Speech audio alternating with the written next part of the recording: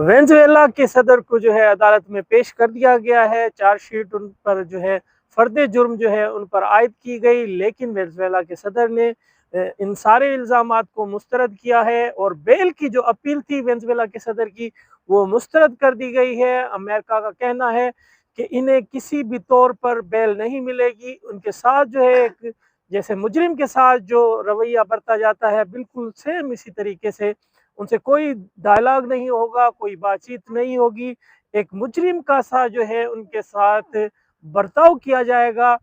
Venezuela के हालात भी कुछ ज़्यादा अच्छे नहीं हैं। वेनेजुएला के हामियों और अपोज़िशन में भी इस वक़्त तक जो है कशीदगी जारी है और बहुत तादाद में एक लार्ज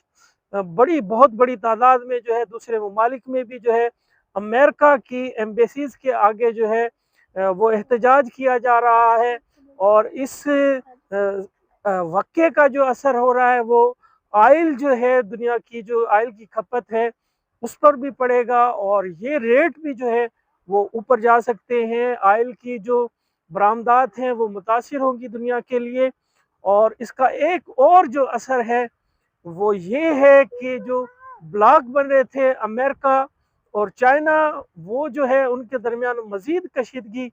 जो है वो बढ़ेगी, क्योंकि वेनेजुएला जो है इस टाइम रूस और चाइना के ब्लॉक में है। तो एक बहुत बड़ी कशीदगी पाई जा रही है वेनेजुएला के अंदर और ये जो मुज़ाहरे हो रहे हैं अमेरिका के खिलाफ, वो भी बड़ी तादाद में जो है काफ़ी सारे जो है दुनिया के ममालिक में अमेरिका की जो एम्बेसीज हैं उनके सामने जो है वो मुज़ाहरे किए जा रहे हैं। आज यूएनओ का जो सलामती काउंसिल का जो इजलास है वो भी मुतवक्के है, बल्कि होने जा रहा है, शेड्यूल था कि आज उसमें भी ये मुद्दा जो है उस पर भी ये बातचीत की